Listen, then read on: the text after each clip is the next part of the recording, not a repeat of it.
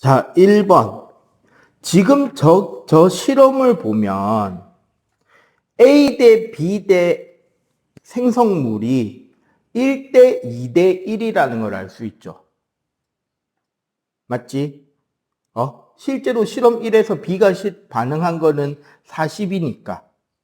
그러면은 2번 실험은 30대 60대 30이 나와야 되니까 남는 거는 기억은 B죠. 그 다음에 실험 3 같은 경우 10대 20대 10이 반응해야 되니까 니은은 10이 됩니다. 그래서 1번은 B하고 10. 그래서 화학 반응식을 쓰자면 A 하나에 B 두 개가 C 하나가 되니까 A 플러스 2B는 C가 되죠. 이해가 되지? 왜? 기체 반응 법칙에서 뭐라 그랬다? 1번 문제. 기체 반응과 관련된 문제고, 부피비랑 화학 반응식에 뭐가 같다? 개수비가 같으니까 A 플러스 2B가 생성물인 C 1대 2대 1이 되는 거죠. 자, 2번 문제. 나무판을 물로 적신 다음 수산화 바륨과 염화암모늄을 넣은 삼각 플라스크를 넣고 섞으니까 나무판이 달라붙었다. 물이 얼었다라는 소리죠, 이거. 그럼 이건 뭐다?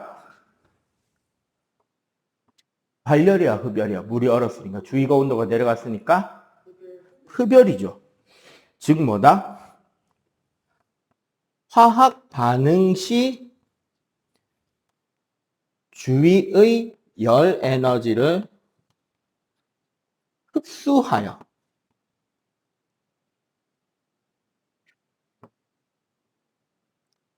흡열 반응이라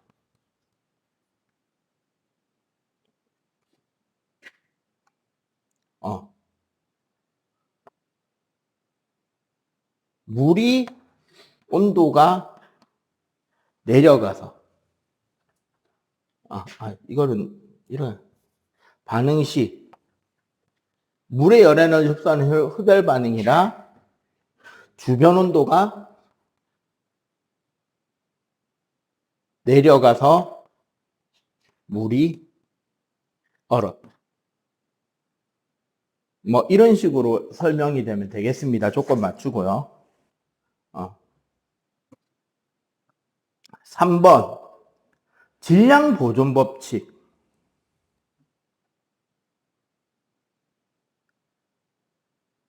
1번 법칙 이름. 자, 저거는 어떻게 봐도 돼요? 일정 성분비 법칙으로 봐도 되지. 화학 반응이니까. 보기 말고 다른 법칙 두 가지를 더 쓰라는 거잖아. 지금 저 반응은 N2 플러스 2O2가 2NO2가 되는 반응이거든. 질량 보존 법칙 말고 다른 법칙 두 개. 일정 성분비.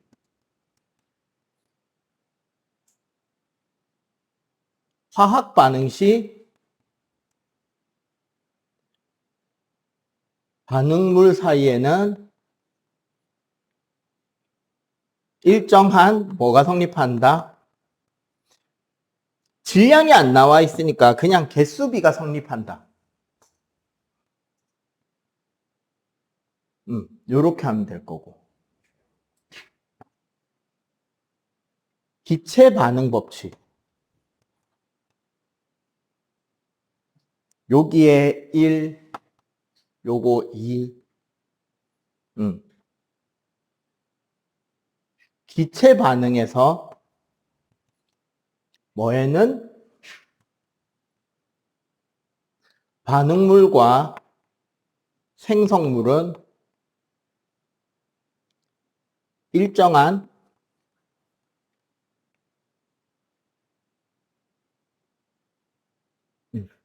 부피비를 지닌다 하면 되죠.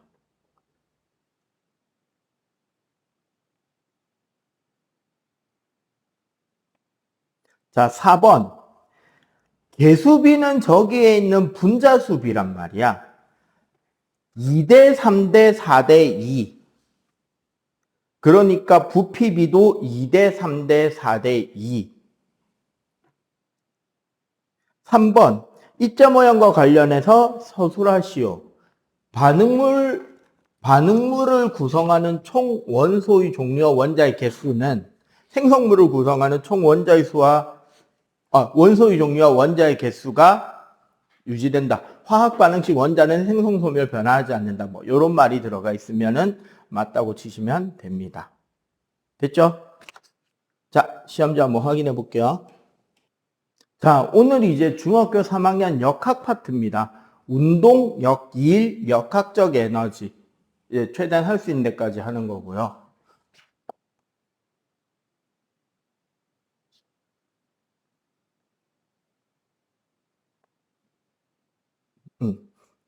기본적으로 우리가 운동이라는 것은 물체가 얼마냐 빠르냐에 대한 비교를 하는 거예요. 빠른지 안 빠른지에 대한 비교. 우리 올림픽 할 때는 어떻게 운동을 잡죠? 누가 더 빠른지의 기록을 어떻게? 우리 올림픽에서는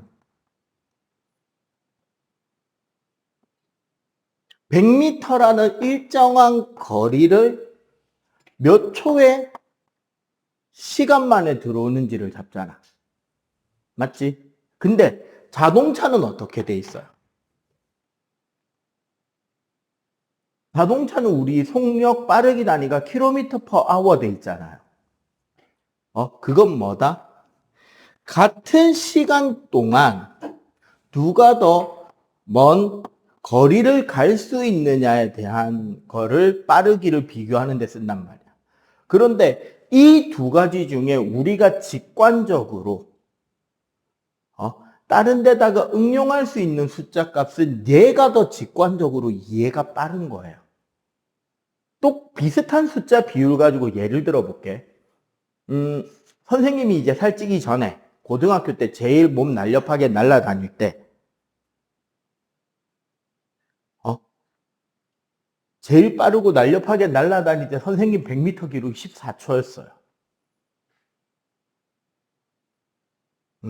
그런데 현재 전 세계에서 가장 빨랐던 우사인 볼트 100m 기록이 거의 9초 5, 9초 6 이렇단 말이야. 그럼 우리가 직관적으로 한번 생각해 보자고. 선생님이랑 우사인 볼트가 달리기를 했어요. 우사인 볼트가 도착했을 때 내 위치가 바로 느껴져? 어디쯤 뛰고 있을지. 대충은 나오지 한 60에서 70m 부근에 왔다리 갔다리 하겠지. 근데 그게 속도가 일정하다면 그렇게 되겠지만 속도가 변하잖아요. 나도 점점점 빨라지고 우사인 볼트도 정지 상태에서 빨라진 뒤에 뛴 거잖아. 그러면 그런 것까지 고려하면 내 위치가 정확하게 명확하게 판단하기는 쉽지는 않다는 거지. 이걸 가지고 세면. 근데 우리 이걸로 한번 생각해 볼까? 시속 140km짜리 차하고 시속 95km짜리 차가 1km 달리기를 했어. 그럼 딱 느낌이 오죠. 분명히 3분의 2 지나고 있겠네. 그래서 우리가 그 외 여러 가지를 사용할 때 이쪽 단위를 쓰는 게 좀 더 직관적으로 이해가 편하다라는 거예요. 빨리 캐치를 할 수 있다는 거예요. 운동 상태 자체를. 그래서 빠르기를 이야기할 땐 여기를 씁니다. 자동차의 성능. 그래서 우리는 빠르기, 즉 속력이란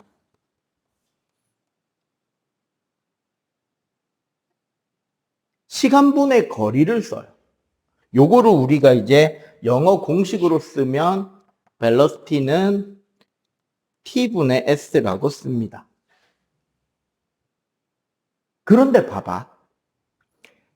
시간이라는 것은 변화량이 포함되어 있는 개념이에요. 우리 수업 몇 시간 동안 해야 되지? 2시간 반 하나? 맞죠? 10시. 그 2시간 반, 2시간 30분이라는 건 어떻게 나오는 거예요? 우리 수업 시작이 10시고 수업 마치는 시간이 12시 반이잖아. 그럼 2시간 반이라는 거는 나중에 시각 12시 30분에서 처음에 시작 시각 10시를 뺀 거잖아요. 즉 시간도 변화량이라는 뜻이지. 수학에서는 변화량을 앞에다가 델타라 그래서 세모를 붙여요. 그러면 거리도 생각해보면 어디야? 어디서부터 어디까지 내가 움직인 거잖아요. 맞지? 그럼 사실 거리도 변화량의 의미가 포함이 된다.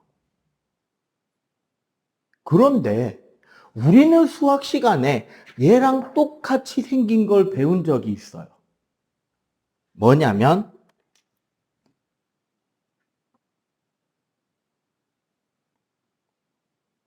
일차함수잖아. 맞지? 이 일차함수에서 A를 뭐라고 부르죠?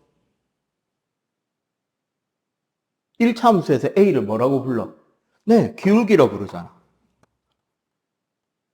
어떻게 구하는데? 그치, X 증가분의 Y 증가라고 하잖아요. 그걸 수학적으로 표현하면 델타 X분의 델타 Y라고 한단 말이에요. 이렇게 해놓고 우리는 X축, Y축에 대해서 요 기울기를 A라고 하잖아. 그지? 그러니까 우리는 요 개념에서도 뭐를 생각할 수 있다? 가로축에 뭐? 시간 주고. 세로축에 뭐? 움직인 거리를 주게 되면 이 그래프에서 나타나는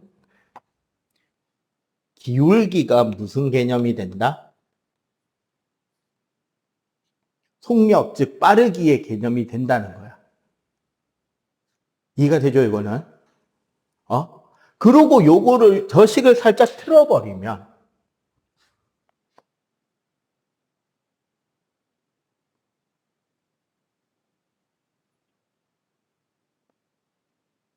자, 운동의 기본이 되는 게 등속 직선 운동입니다. 말을 그대로 설명하자면 뭐야? 속력이 같을 등 일정하고 직선, 방향이 변하지 않는 아주 단순한 운동이죠. 그럼 이 그래프는 우리가 그래프를 생각하면 사실 물리 역학 파트에서 그래프만 잘 그려도 진짜 큰 이득이에요. 속력이 일정하다 그랬으니까 시간이 지나는 동안 그 속력의 값은 변하면 된다, 안 된다?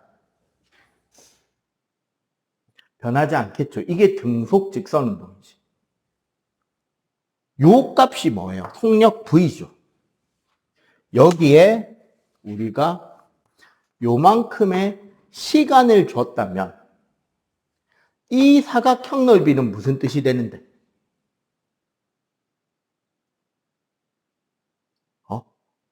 이 사각형 넓이는 뭐예요? V 곱하기 델타 T잖아. 그럼 뭐가 돼? 속력 곱하기 시간. 그치? 거리가 되잖아. 자, 이게 무슨 소리인지 좀 더 직관적이 아니라 그래프가 아니라 이론적으로 딱 설득을 시켜드릴게요. 잘 봐봐. 우리 속력, 과학 시간의 속력은 미터 퍼 세컨드라는 단위를 쓴단 말이에요. 기호는 V로 놓고. 이거를 해석하면 무슨 뜻이 되느냐? 1초에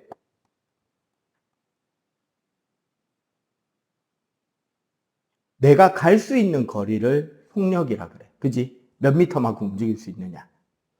자, 그런데 곱하기 델타 T. 즉, 시간을 곱해준다는 거는, 속력에 시간을 곱한다는 거는, 곱하기의 뜻이 뭔지를 정확하게 이해를 해보자고. 한번 물어볼게. 이제 되게 쉬우면서도 어려울 거예요, 여러분들한테는. 2 곱하기 3이랑 3 곱하기 2는 어떻게 달라요? 2 곱하기 3, 3 곱하기 2. 어디가 다른지 말해보시오. 2 곱하기 3은 2를 3번 다음에 3 곱하기 2는 3을 2번 다음에. 그렇지, 내가 정확하게 원하는 답이에요. 곱하기라는 것의 뜻은 그 횟수만큼 반복해서 더하라는 소리잖아. 앞에 있는 값을. 맞지?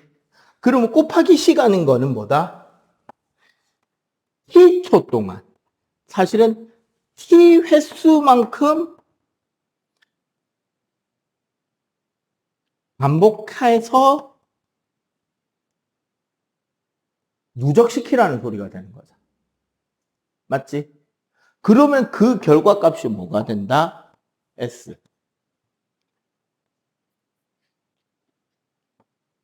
거리가 되죠. 단위는 미터만 되지. 뭐? 총 누적 총 움직임 거리가 된다. 무슨 소리다? 봐봐. 4m per second의 운동을 3초 동안 하면 몇 미터 갈 수 있죠? 12m 갈 수 있지. 이거 우리가 수학 시간에도 많이 하잖아요. 거리 계산은. 이거를 좀 더 직관적으로 딱 볼 수 있게 하면 1초 동안에 4m 가는 운동이잖아. 이거를 몇 번 했다고? 그 다음 1초에도 4m. 그 다음 1초에도 4m 갔으니까 총 12m를 갔다는 소리가 된단 말이야. 알겠어요? 그렇다면 우린 여기서 뭐도 할 수 있다? 이 개념을 확장하면. 첫 번째는 결국 이동 거리는 시간과 비례하죠. 이거 비례 마크다. 거리와 시간이 비례하니까 뭐가 돼? 시간과 거리는 정비례하는 그래프? 기울기가 속력이네? 아까 우리 맨 처음에 했던 이야기가 되잖아. 하나 더. 만약에 V가 일정하지 않아도, V가 변하더라도, 결국 속력과 시간 그래프를 그리면 이 넓이는 이렇게 잘랐을 때 뭐? 사각형 넓이의 합의 근사값이 되죠. 쌤, 요 위에 지금 오차 났는데요. 이 오차는 어떻게 줄일 수 있어? 요 시간 간격을 촘촘하게 그리면 어떻게 될까? 아주 얇게. 저 넓이에 꽉 맞는 그래프를 그릴 수 있겠지. 사각형의 합으로. 그러면 결국 이 VT 그래프의 밑넓이는 뭐가 된다? 거리가 될 수 있다라는 거예요. 간단하게 말하면 결국 뭐다? 거리와 속력의 관계는 거리 그래프의 기울기가 뭐가 된다? 속력이 되고요. 속력 그래프의 밑넓이는 거리가 된다는 거예요.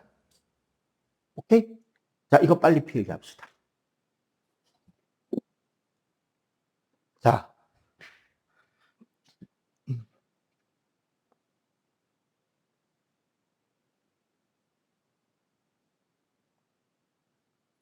자, 자유낙하 운동이라는 것은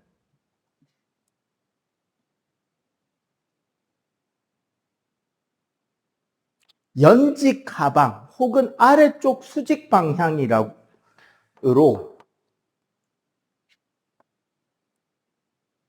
1초에 9.8m per second 9.8m per second 제곱의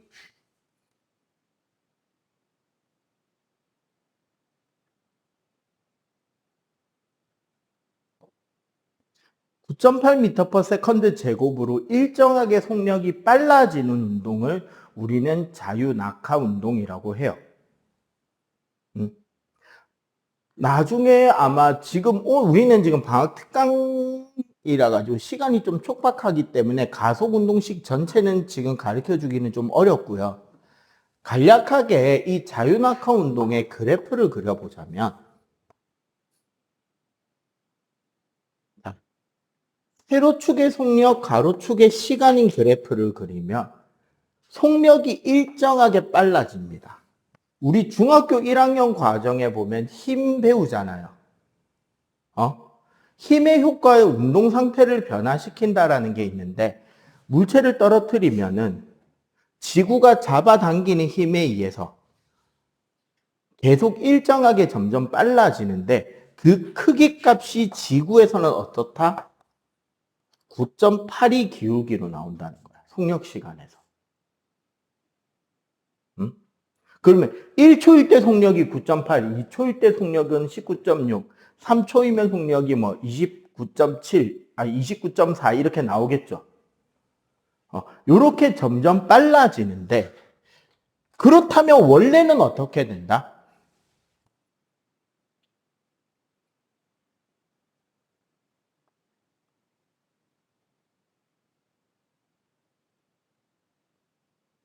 원래 여기서 요 기울기를 중력 가속도라고 하는데 뉴턴의 운동 법칙이라는 게 있어요. 이건 살짝 심해요. 중등에서 언급되는 건 아닙니다. 원래 가속도라는 것은 시간당 속력의 변화를 가속도라고 하는데 여기서 중요한 건 이게 물체의 질량분의 그 물체가 갖게 되는 중력, 즉 무게의 크기예요. 1kg당 9.8N이라는 것 자체가 요 가속도 값이 9.8m/s 제곱이라는 소리야. 그런데 봐봐. 물체의 중력만 가해진다면 쉽게 말해서 물체 질량이 m이면 이 물체에 가해지는 중력의 크기는 9.8 곱하기 m이라는 힘이 가해질 거 아니야. 맞지? 그러면 이 물체가 갖게 되는 가속도의 크기는 m분의 9.8m이니까 뭐가 된다? 9.8m/s 제곱으로 일정한 가속도가 되겠지. 이 경우도 중력만 가해진다라는 건 뭐다? 공기 저항을 무시할 때를 이야기를 하는 거죠. 근데 현실은 어떻게 되느냐? 질량이 m이고 똑같은 9.8m을 받지만 원래 뭐가 생긴다?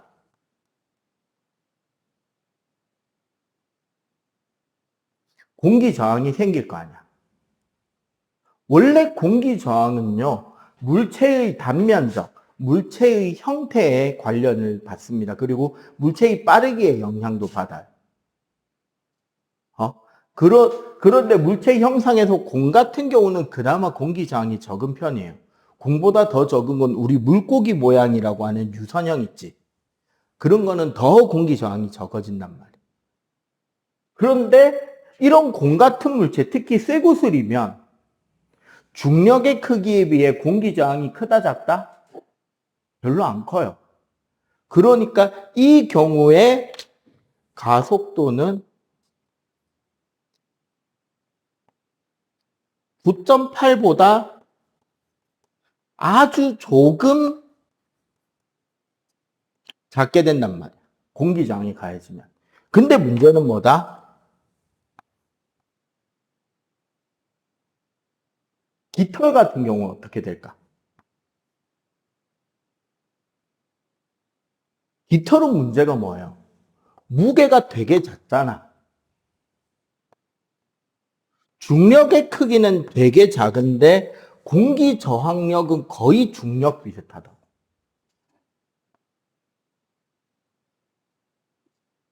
그럼 얘는 어떻게 돼요? 알짜 힘이 거의 0에 가깝게 나타나겠지. 맞지?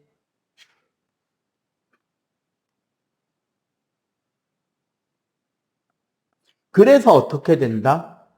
공기 중에서 쇠구슬하고 깃털을 떨어뜨리면 어떨까요?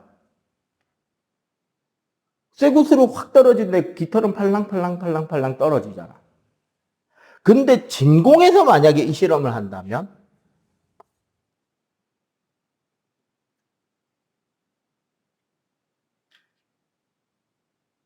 얘가 중력은 작지만 물체 질량도 얼마야? m-밖에 없을 거 아니야. 그러면 요걸로 계산해도 가속도는 어떻게 나온다? 동일하게 나오겠죠. 그러면 어떻게? 공기 중에서 물체를 떨어뜨린다면 쇠구슬이 월등히 빨리 떨어지겠지. 하지만 진공에서 떨어뜨리면 쇠구슬과 깃털이 어떻게 떨어지는 것을 볼 수 있게 된다? 동시에 똑같이 빨라지면서 떨어지는 것을 관측할 수 있다. 요게 자유낙하 운동입니다. 떨어지는 동안 일정하게 점점 빨라진다는 거 같이 기억해 주면 되겠어요. 알겠지? 자, 요거 필기.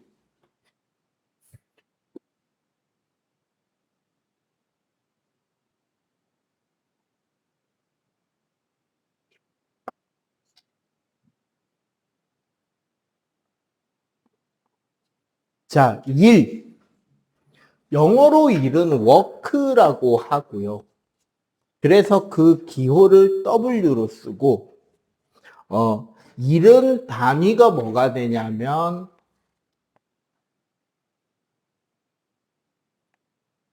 줄이라는 단위를 씁니다. 줄이라는 과학자는 뭐 한 사람이냐면, 추를 떨어뜨리는 역학적 일을 통해서 물을 막 휘젓는 일을 해주는 거예요. 그 물이 막 휘저어지면 물 입자들의 운동이 활발해졌다가 그 운동이 물통이나 물 분자들 자체들끼리의 충돌 등으로 생긴 저항으로 결국 열로 변환되거든요. 그래서 역학적 일 에너지, 그 다음에 열 에너지에 서로 관계가 있다라는 것을 실험적으로 증명해낸 사람입니다. 그래가지고 일과 관련해서 우리가 이제 실제로 정의는 어떻게 되냐면 물체에 힘을 가해서 물체의 이동이 발생하는데 이 조건이 힘의 방향으로 생겨야 된다라는 게 공식이에요. 그래서 힘이 관련이 되고 이동 거리가 관련이 되는 거예요. 그래서 일반적인 공식은 힘과 이동 거리의 곱이 돼요. 원래는. 중등은 사실은 여기까지만 하면 돼. 그러면 얘는 어디로 가는 거냐인데 이렇게 보는 거예요. 예를 들어서 수평면에서 물체를 잡아당긴다고 칩시다. F만큼 잡아당겨서 물체가 S만큼 이동했다. 실제로 물체가 이동한 방향과 힘의 방향이 이처럼 나란하다고 하면 이 경우는 그냥 W는 FS 하면 돼. 근데 우리 이런 경우도 생각해 볼 수 있어요. 수평면에서 물체가 여기서 여기까지 이동해 갈 거예요. 응?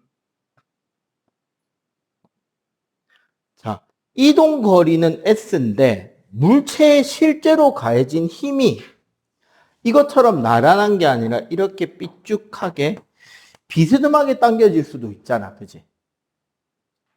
원래는 그러면 어떻게 계산을 해야 되냐면 이 비스듬한 방향의 힘을 가로, 세로로 나눠서 이해를 하는 거예요.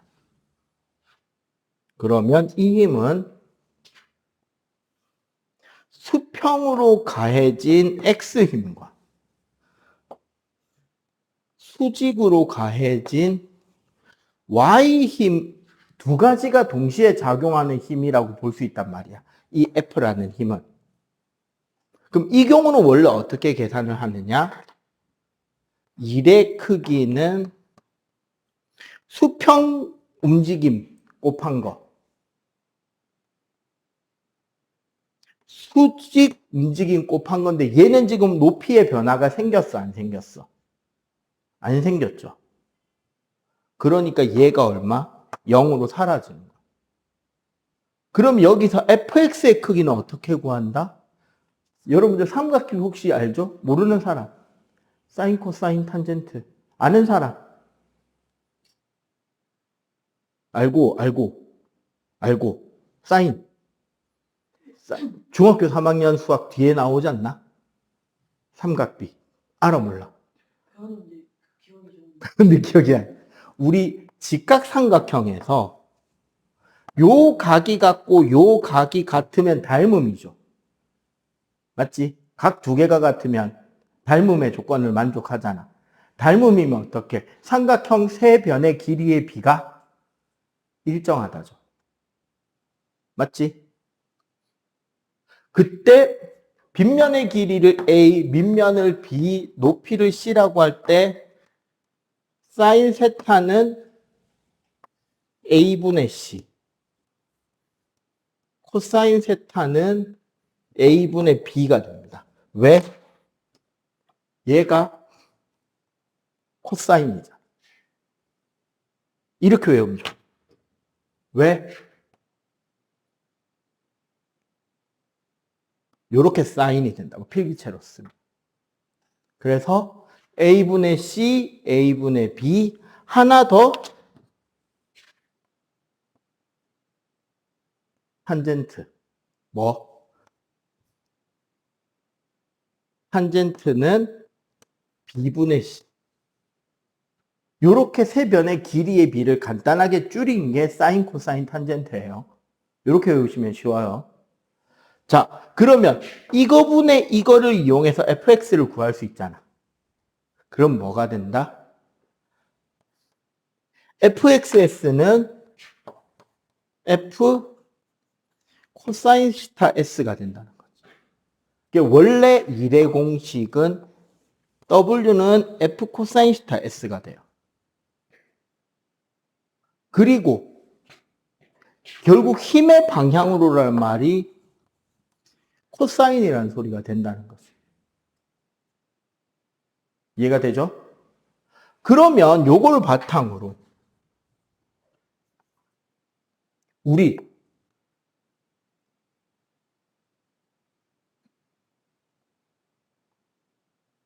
중력이 일을 하게 된다면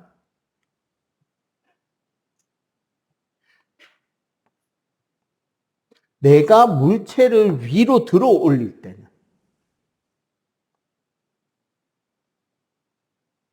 내가 하는 일은 뭐예요?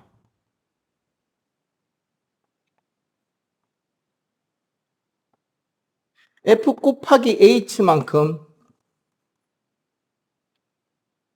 내가 한 일이 되겠지. 근데 중력은 힘 방향이 9.8m이잖아.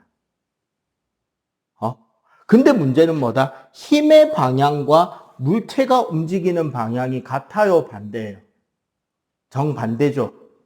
코사인 180도는 마이너스 1이 되거든요. 계산을 해보면. 그러면은 마이너스 9.8mh가 뭐가 된다?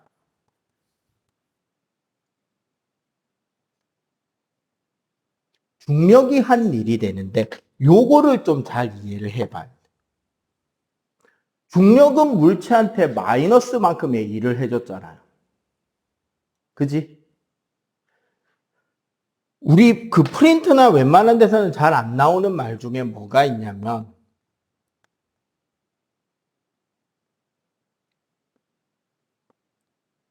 일 에너지 원리라는 개념이 있어요. 해석하자면 일이랑 에너지가 같다라는 말인데 이런 거야. 내가 물체에 일을 해주면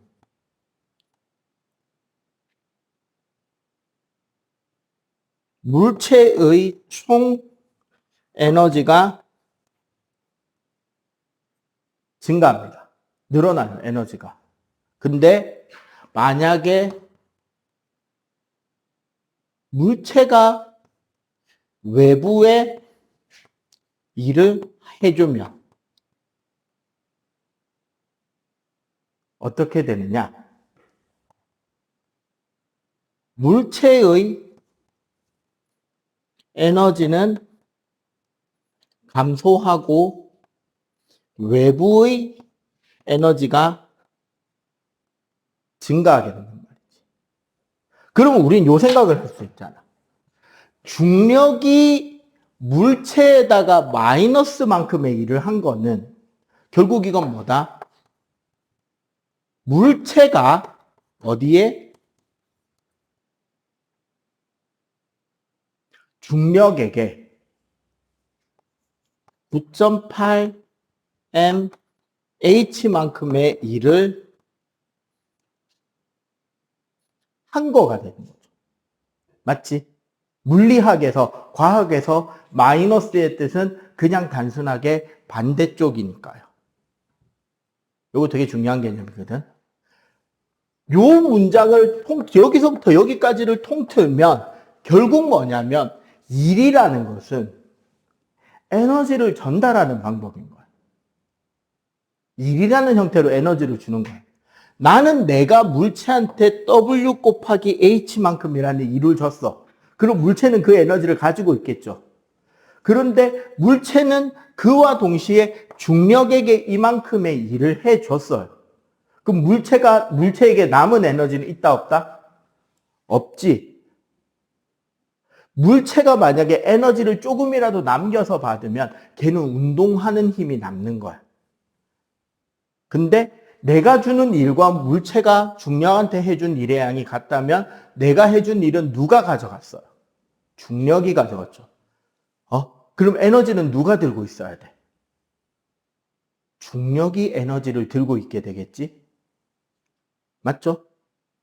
그게 사실 뭐가 되냐면 이만큼이 중력에 대한 위치 에너지 혹은 중력에 대한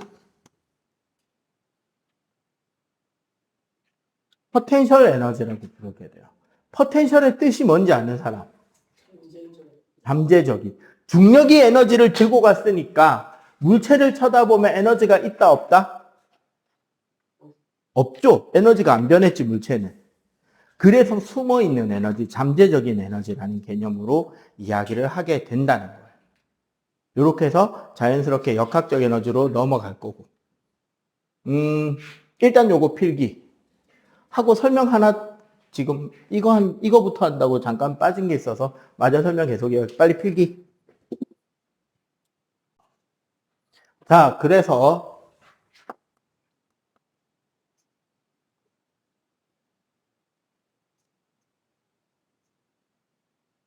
역학적 에너지가 보다.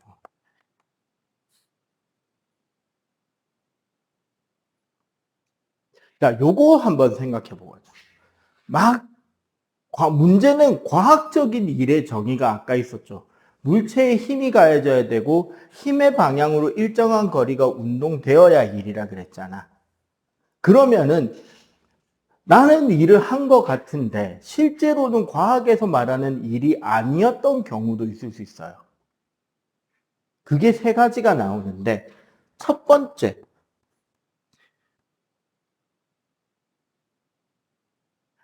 아무리 힘든 일이라도 물체가 안 움직이면 일이 아니에요. 과학적으로. 야, 너 여기 와서 이것 좀 들고 있어봐. 네, 알겠습니다. 하루 종일 들고 있어도 내가 한 일은 얼마다? 과학적으로는 0인 거야. 왜? 들고 있었잖아. 안 움직였잖아. 그지? 두 번째는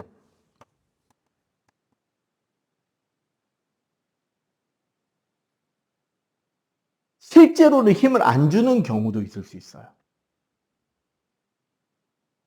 마찰이 없는 수평면에서 물체를 일정한 속도로 밀고 갔으면 나는 물체한테 힘을 준 걸까요? 안 준 걸까요?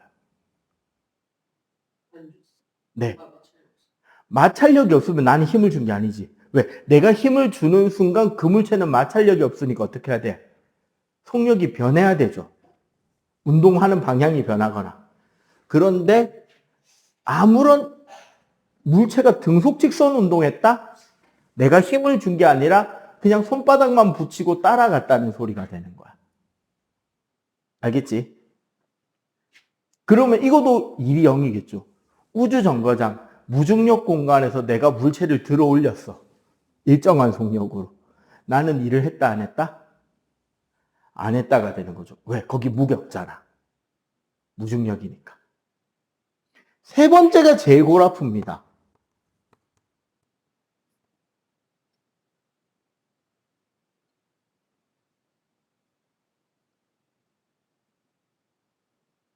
힘과 운동 방향이 수직일 때. 수직인 건 두 가지가 나올 수 있어요. 첫 번째는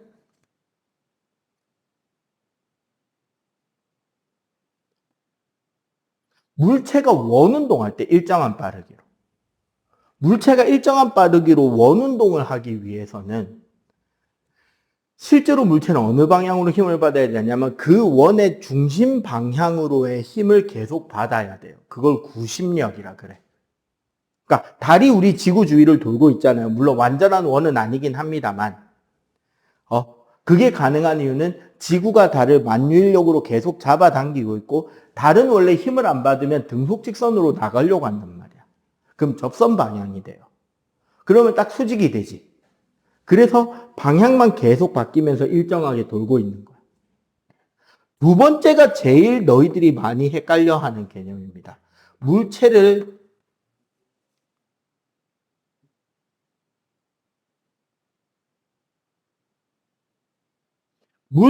들어올린 상태로 옆으로 옮기는 거 일 아니에요. 왜냐하면 봐봐. 선생님이 이렇게 의자를 들어 올렸어요. 난 이 의자에 지금 힘을 어느 쪽으로 주고 있어? 위로 주고 있지. 그 상태로 물체를 일정한 속도로 옆으로 들고 간다면, 옆으로 이렇게 들고 다닌다면, 힘은 어디로 준 거다? 근데 물체는 어디로 움직였어? 옆으로 움직였지. 그러면 수직 방향이잖아. 그럼 난 얘한테 일한 게 아니에요. 왜 일한 게 아니냐? 얘가 일정한 속력으로 움직이게 되면 움직이는 동안 얘는 에너지가 변한다, 안 변한다? 안 변한단 말이에요. 그러면 얘가 가지게 되는 에너지가 무엇인지가 궁금할 거 아니야. 그지? 그런 에너지를 우리는 역학적 에너지라고 합니다.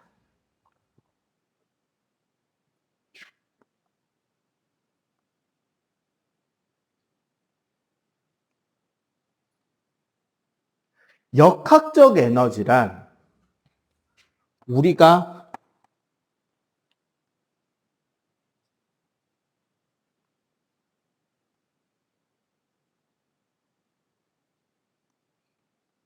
위치 에너지가 있어요. 아까 우리가 잠깐 이야기를 했죠. 위치 에너지는 중력이나 탄성력에다가 해준 일을 위치 에너지라 그래. 누가 에너지를 대신 가지고 있다? 중력이나 탄성력이 에너지를 가지고 있기 때문에 그걸 위치 에너지라고 하고요. 중학교에서는 중력만 배웁니다.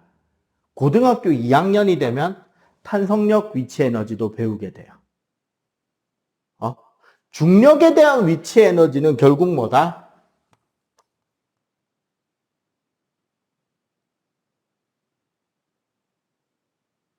내가 물체를 들어 올리면서 내가 중력에다 해준 일, 정확하게는 내가 물체한테 일을 해줬고 물체는 중력한테 일을 해주잖아. 그 크기가 같기 때문에 내가 중력에다 해주는 일이 돼요. 그런데 생각해보면 세로축의 힘, 가로축의 거리가 되는데 중력의 크기는 얼마죠? 아까 적었었잖아. 9.8 곱하기 질량이라고.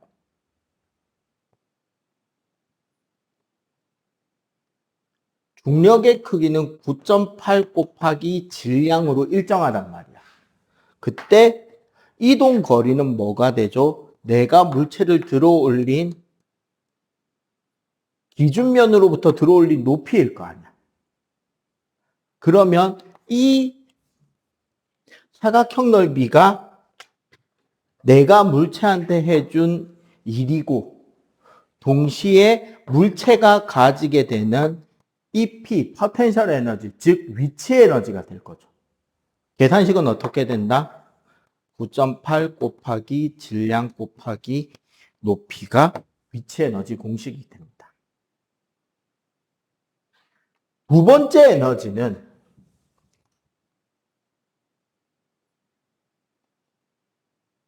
운동 에너지가 돼. 운동 에너지는 뭐가 되냐면 결국 물체가 받은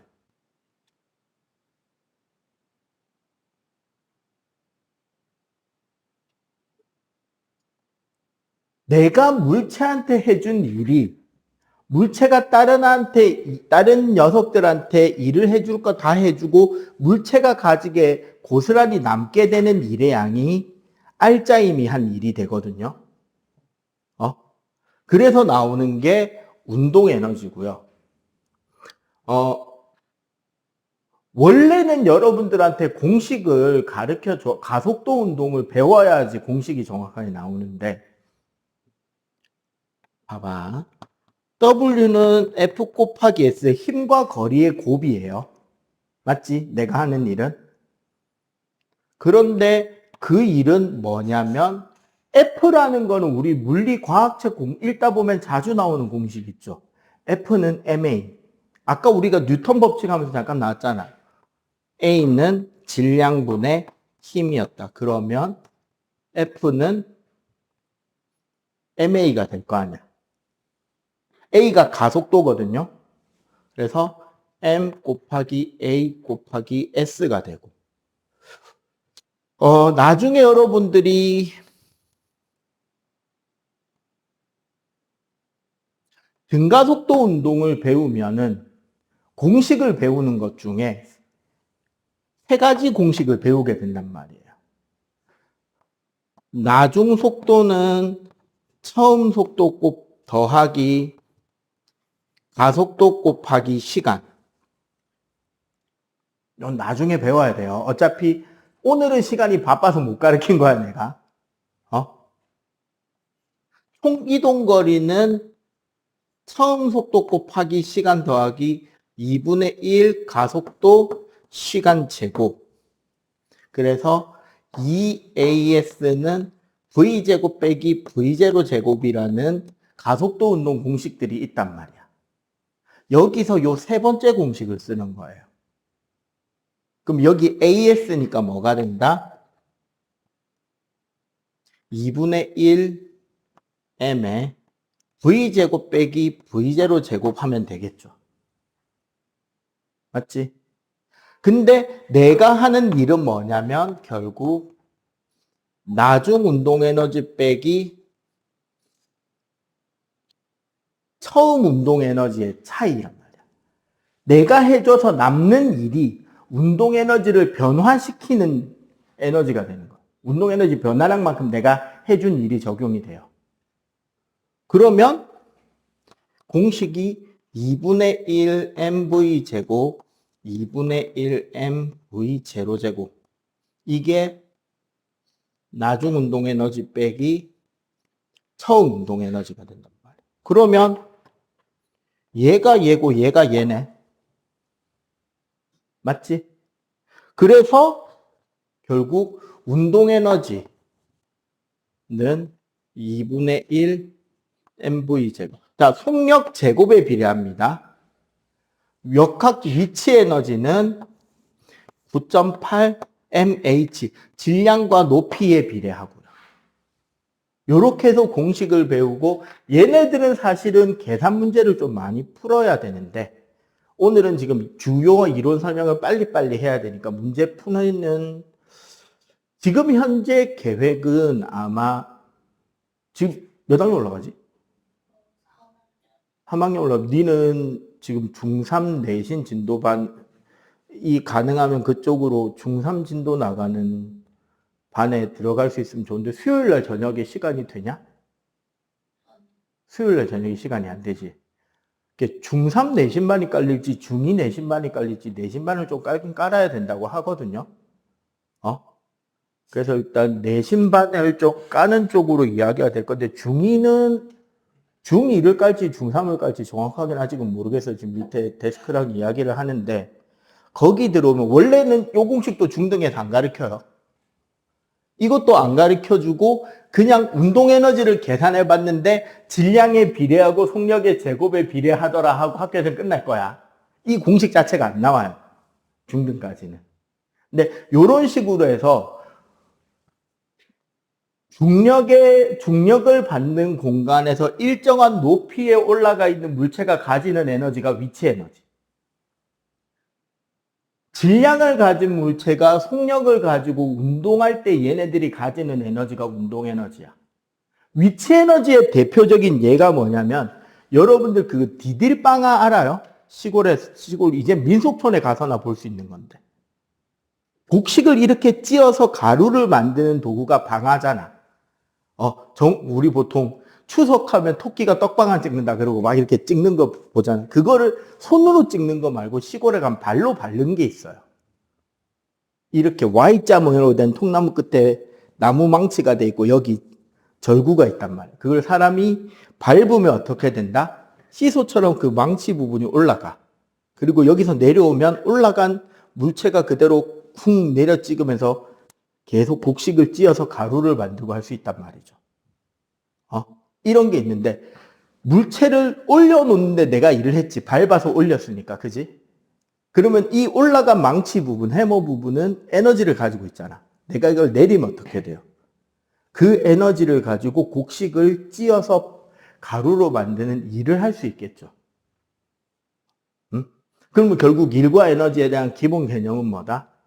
일이라는 것은 에너지를 전달하는 방식인 거고 에너지라는 것은 일을 할 수 있는 크기를 말하는 거다라는 게 기본 개념이 됩니다. 오늘은 공식 위주로 하고 중학교 3학년 2학기에 들어가거든요. 역학적에는 중학교 2학년 3학년 1학기까지가 딱 요 공식 배우는 거고 공식에 숫자 대입해서 푸는 거고 지금 한 20분 정도 20분 30분 남았는데 3학년 2학기에 역학적 에너지 보존이라 그래서 요거 두 개 합이 일정한 경우와 일정하지 않은 경우에 대한 이야기가 있는데 그거 딱 나오는 숫자들 정해져 있는 거 있거든요. 그거까지는 가르쳐 줄게요. 자, 이거 빨리 필기.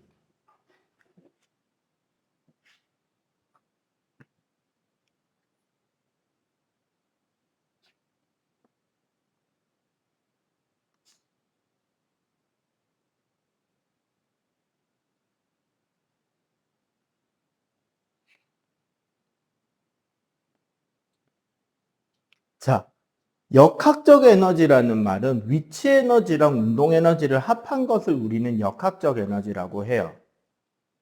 문제는 아까 우리 일 에너지 원리 개념에서 물체가 외부의 어떤 힘이나 그런 거한테 일을 해주거나 일을 받으면 에너지가 변한다 그랬는데 이 위치 에너지와 운동 에너지를 합한 역학적 에너지는 마찰이나 저항이 생기거나 다른 물체와 충돌하기 전까지는 일정하다라는 게 핵심인 거야. 즉 물체가 여기서 떨어지는 걸 한번 생각해 봐봐요. 얘가 위에서부터 쭉 내려오면서 물체의 높이가 내려오니까 위치 에너지는 감소하죠. 근데 어때요? 점점 빨라지잖아. 우리 자유낙하니까. 그러면 운동 에너지는 어떻게 돼요? 커지겠지. 이 두 개의 합계가 역학적 에너지인데 얘가 떨어지는 동안 외부에다가 일을 했다 안 했다? 해준 게 없잖아요. 공기 저항 없으니까. 그러면 이 두 개의 합은 어떻게 된다? 보존된다라는 게 핵심이야. 봐봐. 질량 M인 물체를 기준면으로부터 H 높이에서 쭉 떨어뜨릴 거야. 그럼 얘는 언제 제일 빠를까요? 속력이 제일 빠른 곳은. 그치. 땅에 닿는 순간이겠지. 이때가 가장 빠른 속도 대문자 V를 가지지만 이때는 높이가 얼마다? 0이 되겠지. 떨어뜨리는 순간은 높이가 h지만 처음 속력이 얼마다? 0이겠죠. 가만히 놓았으니까. 맞지? 그러면 이 순간, 요 꼭대기인 순간의 위치 에너지는 9.8m 라지 h가 될 거고, 그죠?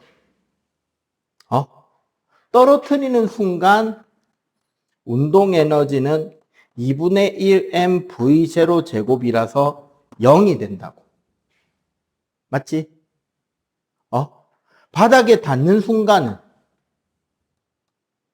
위치 에너지는 9.8m h0라서 0이 되고요. 대신에 운동 에너지가 2분의 1m 대문자 v 제곱으로 제일 큰 값을 가지겠지. 그런데 우리 이런 생각 하나만 해볼까요? 대충 어딘가, 중간쯤 어딘가. 중간쯤 아니라도 상관없고. 바닥까지 남은 높이는 h1, 떨어진 높이는 h2. 이 물체가 이때 가지는 속력은 v1이라고 한다면 어딘가 있을 거 아니야. 사실 모든 지점이 되겠죠. 이 순간에 위치 에너지 EP1과 운동 에너지 EK1은 어떻게 되느냐? EP1은 9.8mH1이 될 거고, 그지?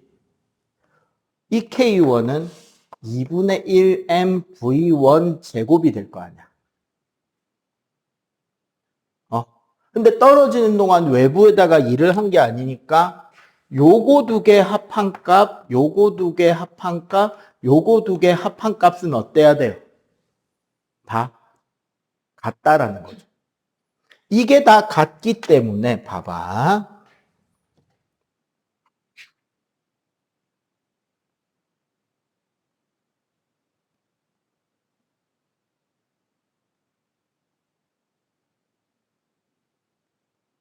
요렇게 되겠지. 얘랑 얘랑 같으니까. 요런 식을 보면 우리는 뭐 하고 싶어지죠? 같은 항들끼리 묶어서 정리하고 싶잖아. 얘가 앞으로 오고 0이 뒤로 가면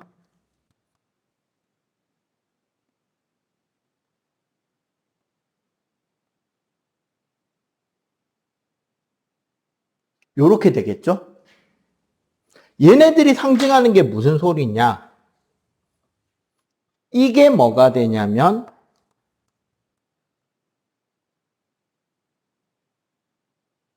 위치 에너지가 줄어든 값이다. 그지?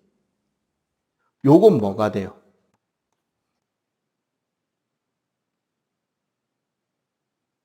운동 에너지가 얼마나 늘어났느냐에 대한 값이잖아. 이 둘이 어떻다고? 같다고. 즉 물체가 떨어지면서 줄어드는 위치 에너지는 운동 에너지로 변하면서 커지고 있다는 거지. 자, 근데 이걸 정리해보면 사실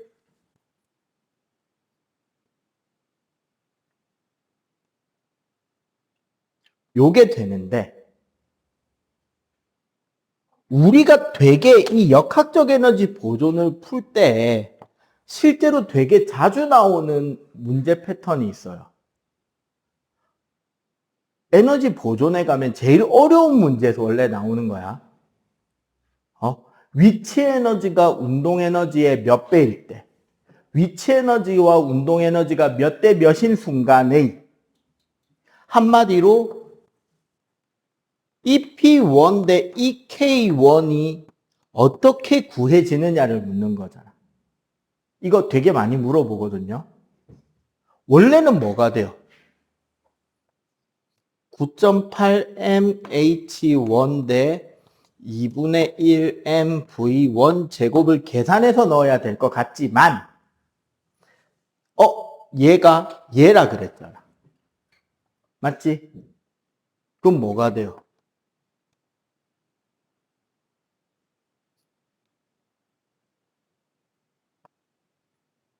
결국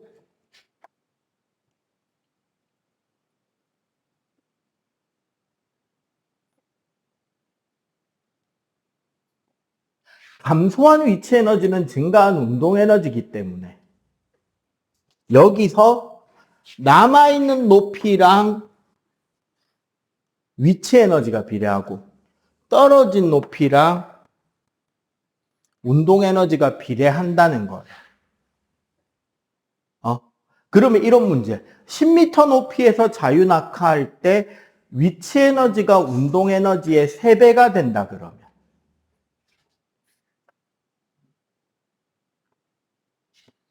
10m에서 자유낙하하는데 어떤 물체가 위치 에너지가 운동 에너지의 3배 이러면 위에랑 밑에 길이비가 몇 대면 1대 3이 되는 곳의 높이가 된다는 거지. 그죠? 그리고 하나 더. 얘랑도 같아야 되죠. 얘랑 얘. 맞지?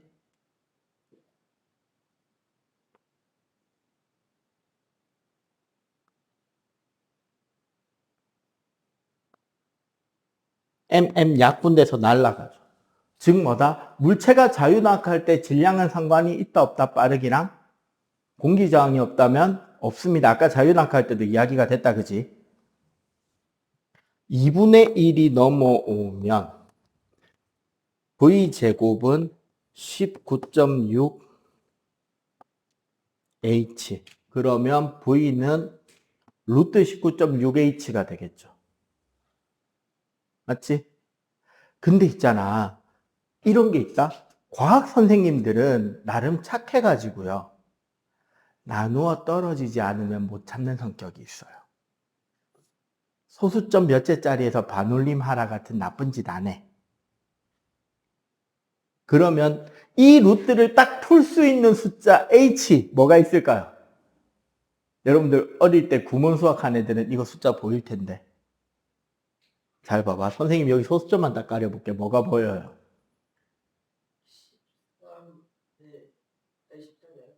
14의 제곱이죠.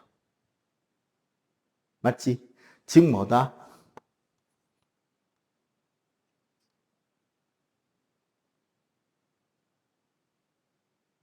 H가 10m일 때 속력은 14m/s가 되고요.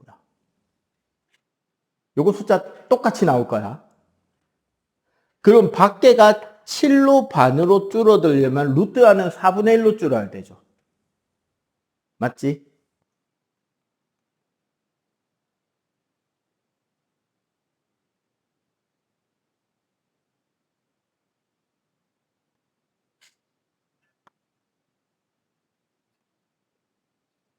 요 숫자들 4가지만 딱 시험에 나올 수 있어요. 중학교에서는. 자유낙하와 관련될 때. 그러니까 역학적 에너지 보존일 때 쓸 수 있는 숫자는 저 4가지야. 무슨 소리냐? 이런 거예요.